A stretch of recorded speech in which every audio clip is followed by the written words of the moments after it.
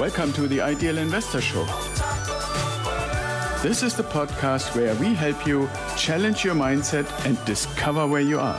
Tired of stories about other people's success? We can help you change your life, determine your time freedom point, and join us on the journey to financial success. Let's go. Hello and welcome to another episode of the Ideal Investor Show, where we bring you interesting guests that have experience in real estate, investing, passive income, all that good stuff. And today we want to welcome Mike Manino to the show. Hey, Mike. Thank you, Axel, very much for having me. Excited to be here. Yeah, awesome. And thanks for making the time. So Mike is somebody who started very early, was very successful.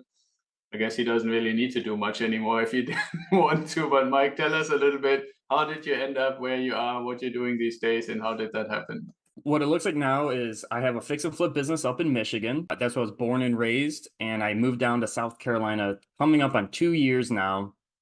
And I have not seen a property in the last 2.5 years because I have really good systems and processes in place that allows me to travel. I was just talking to you about, we're gone for 5-6 weeks a year, in the winter, because I like to be in t-shirts and shorts. That's the way Right, God intended. That's my belief. So we have a fix and flip business. We've done over 90 houses now since I started my first flip in 2015. So just under 10 years, we've done 90 houses.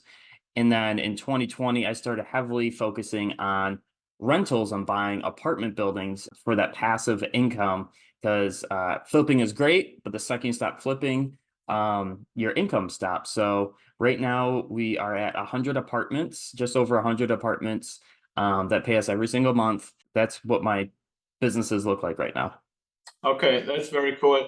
Now, you just said when you're flipping, then you're not really making income. Does that mean you flip and then sell, or are you keeping any of the flip properties? Good question. So what I mean by like the second, if I stopped flipping, if I wanted to hey, I'm going to take off a year from flipping, like my income just turns off for an entire year, right? Okay. Versus like my apartment buildings, if I'm like, I'm going to stop buying apartment buildings, but every single month I'm still getting paid. That's what I mean by that. I don't keep any single family houses. I only flip the single family houses, and then I buy the multifamily apartments. And I do that for multiple reasons. Like, one is the way they're valued. Houses are valued off of comparables. Commercial real estate, like apartments over 5 units, is valued off of the net operating income.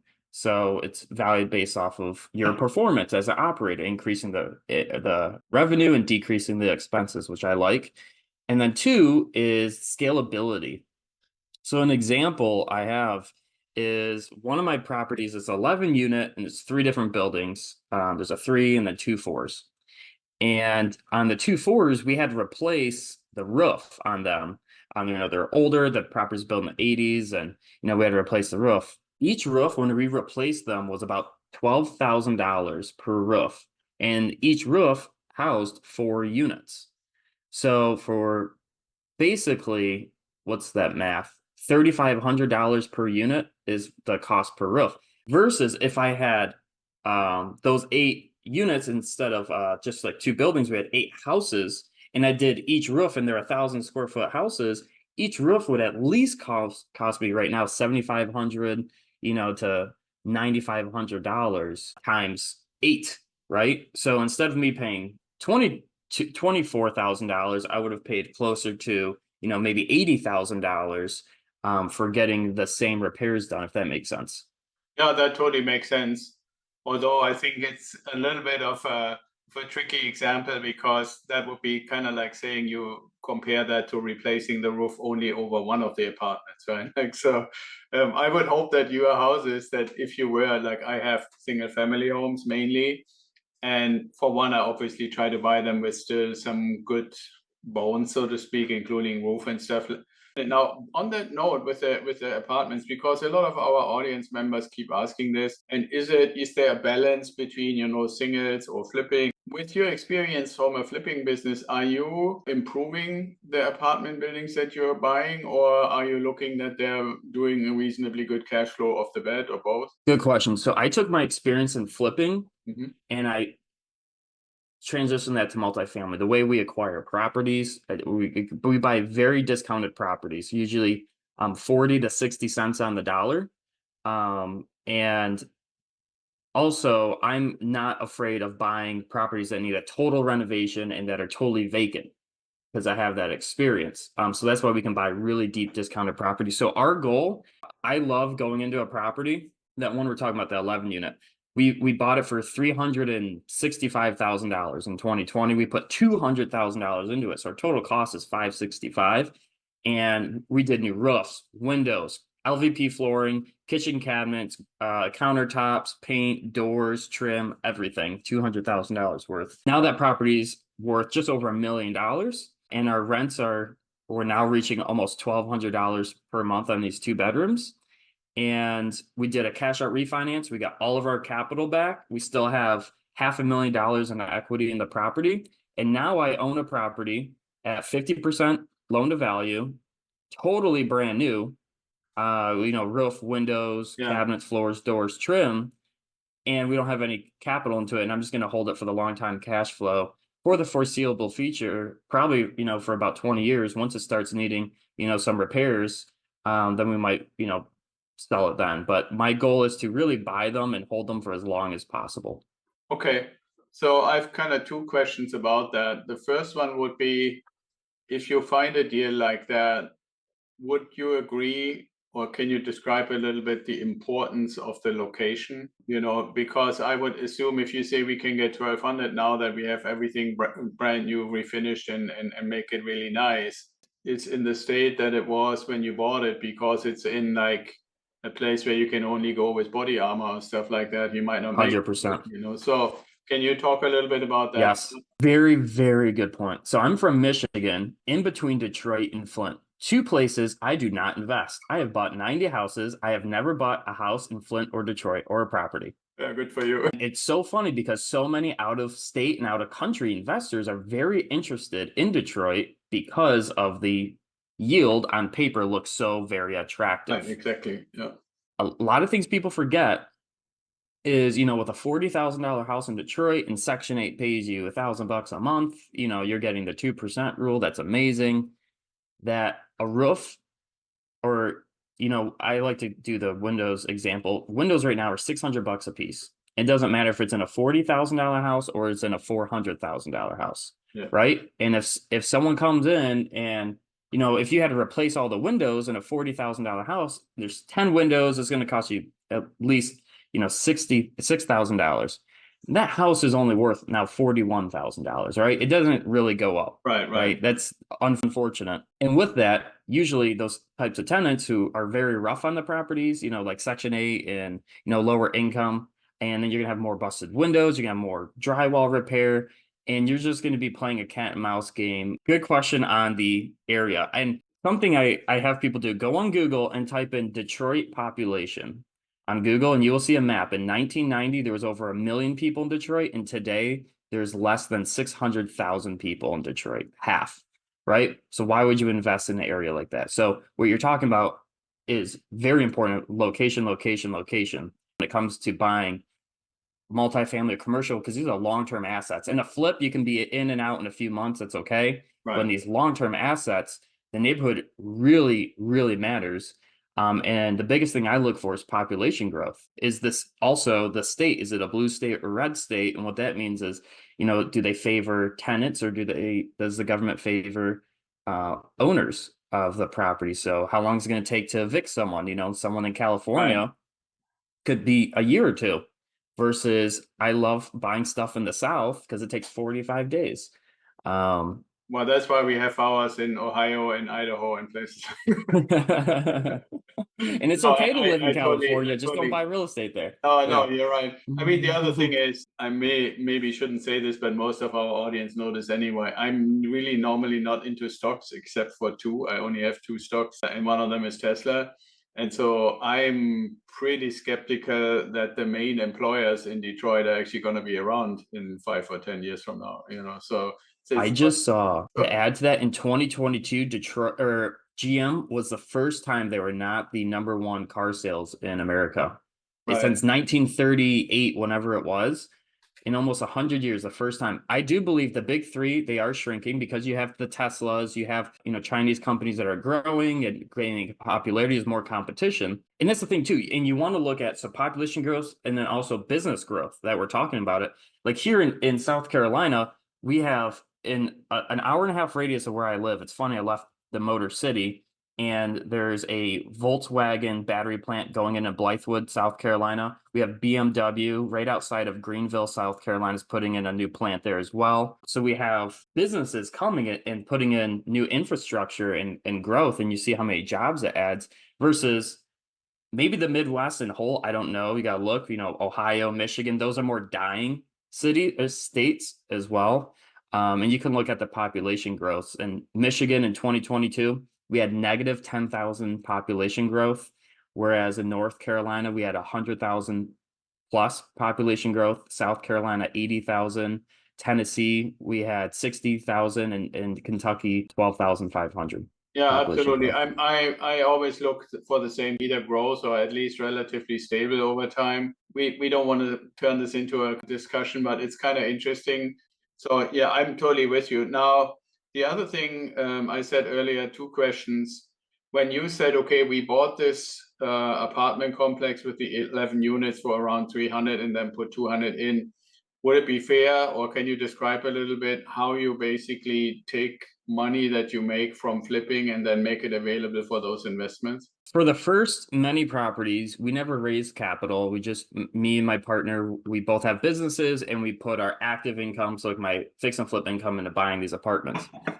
And something that's beautiful with being on check your state and laws and taxes. I'm not a CPA, I'm not an attorney. My understanding is if you are considered a real estate investor, and I'm actually able to offset my fix and flip income with buying apartments, and I can explain that. So let's say for easy numbers, I made $200,000 this year buying and fixing and flipping houses.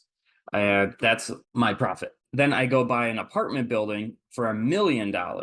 You usually have to put 25% down, and but what you can do is get called a cost segregation report, Right. cost segregation study. So the IRS typically has you depreciate a property over 27 and a half years. That's the roofs, the doors, the trim, the carpet, door handles, all these little things in a property, you depreciate over 27 and a half years, excluding the land value. A cost segregation study, basically, all it does is I pay an accountant $5,000. They come out to the property, they write down the lights, the carpet, all these little things in a property, and they say, hey, these don't last 27 and a half years. They have a very much shorter lifespan. And I'm actually able to, we're seeing about 20 to 25% of our purchase price, we're able to write off year one in depreciation. So for that $1 million property, if I'm able to write off 20%, I'm able to show a paper loss of negative $200,000 for this property I just bought, and that can offset my personal income taxes. And let's say I made $200,000 flipping, it zeroes it out, and then my federal income taxes shows it's a wash, it's a zero. If that makes sense. Yeah. I mean, just for the audience, even though that is all perfect, as Mike just explained it, he and I, we're not letting it get all the way to zero because you can get any financing if you if you say you make no income. I used to joke around for a while, and you could probably do the same, to say we would both qualify for food stamps. But then you have an issue when you go to a bank and say, hey, I need a loan. So this is funny. I actually had negative income last year. I had it a few years too, but I found it makes it a little harder with the lenders if you need lenders. It depends. Yeah. You know what's so funny? I can get apartment financing. I just bought a $2.1 million apartment last month. No questions. No issues. But Yeah, but I think you would agree that the reason that there are no questions or issues is because the asset is basically the only thing relevant for the finance. they do, but they want to see that you have a net worth. They want to see you have experience, and they also Right. see you Yeah. want to have liquidity. But they don't look at your personal income taxes, and they do understand the game. They can probably back out my, $200,000 in depreciation, understand. But for a local bank, yes, for a personal house, I actually just bought a house last month, a personal home on the lake, but I had to get seller financing. So you have to be more creative that way, Right, right? yeah. So, and actually I got it at 2.25% rate. It's 4% cheaper right now than going to a bank anyway, so it worked out. So Yeah. you do have to be a little more creative if you show zero. Yeah, and I appreciate that you're sharing that, because that just goes to show, every time somebody says, okay, I think I have the basics down, that's how I started as well, and that's important. But then as soon as you can say that, then there's all the variations that you can also have, like seller financing. You have multifamily versus single family, or duplex, triplex, fourplex. You have DSCR versus government insured, and on and on and on and 100%. on. It's like I keep saying sometimes, I thought I get into something that is similar to like a 500 or 1,000 piece puzzle. And the Hmm. further I get into the puzzling, I find out it's probably like a 20,000 or 40,000 piece puzzle. Yeah. Every time I think, oh yeah, I think I get the picture, then the picture keeps expanding. That's a good point too. And then there are lenders. I have some friends who are very successful in this as well, and they depreciate. There's specific lenders that do understand, they'll do asset-based lending. I can show it's called a personal financial statement of all the property owned and my net worth and my liquidity. And they would lend me a house based on that. But you're not going to go to a Chase Bank or a Wells Fargo to get that type of loan, if that makes Oh, sense. absolutely. And I mean, in a way, what you described earlier, Mike, I would say, and I would assume at least that you would agree, this 11-unit apartment, 3 buildings complex, you could probably basically treat it like a business and say, okay, here's my business plan. I buy it for 500, I put 700 in.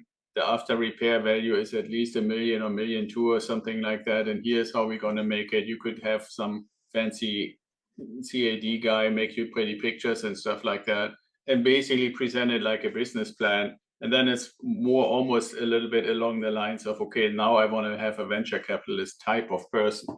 Not that it's really venture capital, but it's more along the lines of that, for somebody to say, okay, this totally makes sense. It's a good area, like you mentioned. I always say ugly duckling in a good neighborhood. And then you have a plan on how to make it into a swan again, right? Yeah, that's a very good point. So like I said, I used my fix and flip income for a long time to buy these properties, and then we want to buy more and you run out of money, right? We actually just did a raise for this. We bought a 44 unit in Kentucky. We did exactly what you said. So especially once you have experience, you should see. I always recommend everyone to document your journey. My medium is Facebook. I have over like 13,000 followers on Facebook. I get many people who really enjoy my content because I'm going through the properties and showing and documenting my journey of like houses. It used to be houses, now it's apartment buildings of what we do. And like you said, we actually just raised, just under $1 million for this property of friends and family money, and they've been seeing my journey along the way. And they like our business plan because we go in, we buy these properties, we renovate them.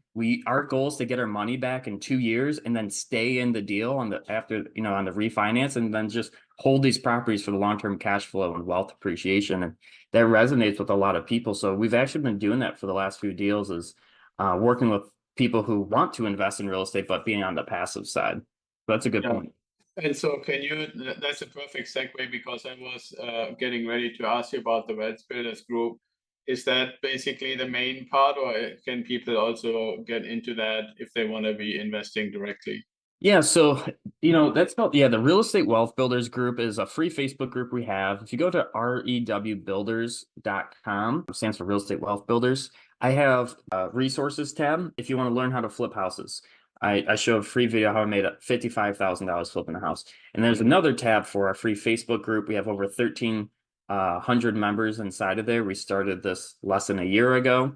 And my goal inside of there is to post every single day, provide value, and document my journey and the deals that we're working on, the people I'm helping along the way. And it's really to do deals together because that's where the money's made. We Okay. do offer coaching and consulting if you want help growing your business. But honestly, I love doing deals with people inside the group because that's where the money is made. Yeah, that makes total sense. And I mean, we do this in our space, same thing. We offer mentoring and access to the network that we've built and the resources that we've built. So that's why it totally made sense to me for you to come on as a guest and describe a little bit your approach, which I would say is kind of adjacent. We never did the flipping. We work with turnkey providers, but the principal idea and getting properties that need renovation to a good state, and so they can become high-performing, cash-flowing assets. Kind of the same, I guess, fundamental idea. Cool. Now, I guess then, would it be fair to say when you said friends and family, it includes Facebook friends? Yeah, yeah, I have. Do you know what's very interesting? And this is why I tell everyone you have to document your journey and share it and let the world know. I recently had a call, Axel, that maybe like 2 months ago now. I had someone who their Facebook profile photo was their daughter as a baby, and now she's a teenager. They've never posted anything. They've never liked anything. We were friends on Facebook. They never liked the photo, never liked the video, anything. And then I put out a call to action saying, hey, if you are interested in, investing in these properties with us, you can leave a comment down below. I'll reach out to you. We'll set up a call and let you know what we have going on. I found out this gentleman has been following me for 4 years. He's seen my journey from the single family evolving into the multifamily. Again, I had no idea he existed, never liked a photo, never liked a video, never commented, never nothing. Come to find out, he owns 50 houses, free and clear, no mortgages on them, and he hates his houses. He says, Mike, I have a problem. Because he manages them all. He's like, I'm a control freak, and I'm okay to admit that. He's like, I have $1 million in cash, and I have 50 houses that I want to sell. I'm the one doing the maintenance, I'm collecting the rents, and I'm getting older, and I'm just despising these houses, and I want to sell them, but I need a place to allocate my funds. Can you help me? Can I invest in your deals? Right? And, that's just one call, and that's why I say it's very important to document your journey because you don't know who's watching.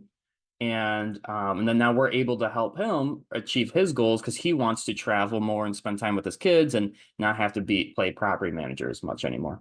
Yeah, that totally makes sense. I mean, on a much smaller scale, I can relate because every once in a while, I suddenly get an email where somebody says something along the lines of, hey, I saw this particular thing in your newsletter, and I was wondering if I can get into this. And I'm like, I'm wrecking my brain. Who is this? Where is this coming from? Who is this person? Like you just said, it feels like I never heard from them. And then obviously I do the same thing. I offer complimentary call. Let's just talk about it. And then they suddenly reveal, oh yeah, since you started the newsletter, I signed up on your website and I've been getting it and it's good content and I was finally ready. And I'm like, seriously, I mean, I always thought I'm writing the newsletter basically for the crickets in the forest. Yeah. Anyway, so yeah, these are the coolest stories, and it's so gratifying to know they might not reveal themselves that much, but there's still an audience out there, and we're not just doing it because somebody said you have to post once a week or you have to post every day or what have you, so cool. Now, if somebody wants to get in, is there, you mentioned a little bit on the site or how to find it. Can you tell, what's the easiest way if somebody either wants to join or get in touch with you? Yeah. So you can go to www.rewbuilders.com, builders.com. There's a button you can click to book a call with Mike. I am active in the Facebook group. If you do apply to the Facebook group, we have 500 people pending. You have to answer all the questions, or my assistant will not let you in. She's very strict on that. And happy to connect. Happy if you have questions, feel free to ask it inside the Facebook group as well. I love helping people. It's like, especially something you think is a big problem, like a flip or something. And I love, like, you want me to look at photos, help analyze something. I love helping and making things simple. So. Yeah, that's very cool. And that's why I was looking forward to having you, because I'm the same way. That's my main motivation, helping others. And if something comes out and it helps them become successful and we have fun, then that's all good. Cool. And we put all of that in the show notes so everybody can easily find it. And put the video on YouTube. So if somebody wants to see how Mike looks like, So. I did my hair for you guys. Yeah, absolutely. Yeah. Cool. So I have two questions not directly related to our conversation. The first one is, if you could meet anybody dead or alive, who would it be or why and why? If I can meet anyone dead or alive, who would it be and why? That's a very good question. I'm religious. I would have to say Jesus. I feel like I don't know. I feel like that doesn't need too much of an explanation if I can meet him. But let's see, like. Well, if you would meet him, I guess my follow-up question would you ask him? Yeah, all the secrets to life. Am I doing it right? How did you do this thing with did Moses show walking you on water with the and water? yeah. Or like, Teach me the water and the wine. Can you teach me that trick? Yeah, that would be a good one. I have honestly though, I would say there's a couple of people I look up to like in real estate. One actually just passed away. His name's Sam Zell. He just passed away a few months ago. I listened to his story on he was on Tim Ferriss's podcast a few years ago, right before he passed away. And he wrote a book called Am I Being Too Subtle? He's a guy who's immigrant, came from Poland, and he tells the whole story how it was his dad escaped during World War II, came to the United States, not speaking English, and it took them months and months to get here, and just the continued trials and tribulations that they go through. And it's so funny how I was scared for moving from Michigan to South Carolina with having a business, right? It's like in the States, same language. Everything's pretty similar, right? And it's 750 miles. I can drive back home if I want, right? And I wasn't escaping a war. I wasn't moving to a new country. I don't understand the laws and the language and all these different, cultural differences. So I loved hearing about that and how he became, a self-made billionaire through real estate and, other, M&A, which is mergers and acquisitions of buying businesses. But Sam Zell is someone that I would have loved to spoke to. Yeah, that's cool. I mean, I can relate a little bit. I came over from Germany to the US with the military, and compared to some other people, war or no war, I mean, there's people trying to come to the US for all kinds of reasons to study and then maybe stay or stuff. I have found there's a massive, massive difference, some sort of a support structure.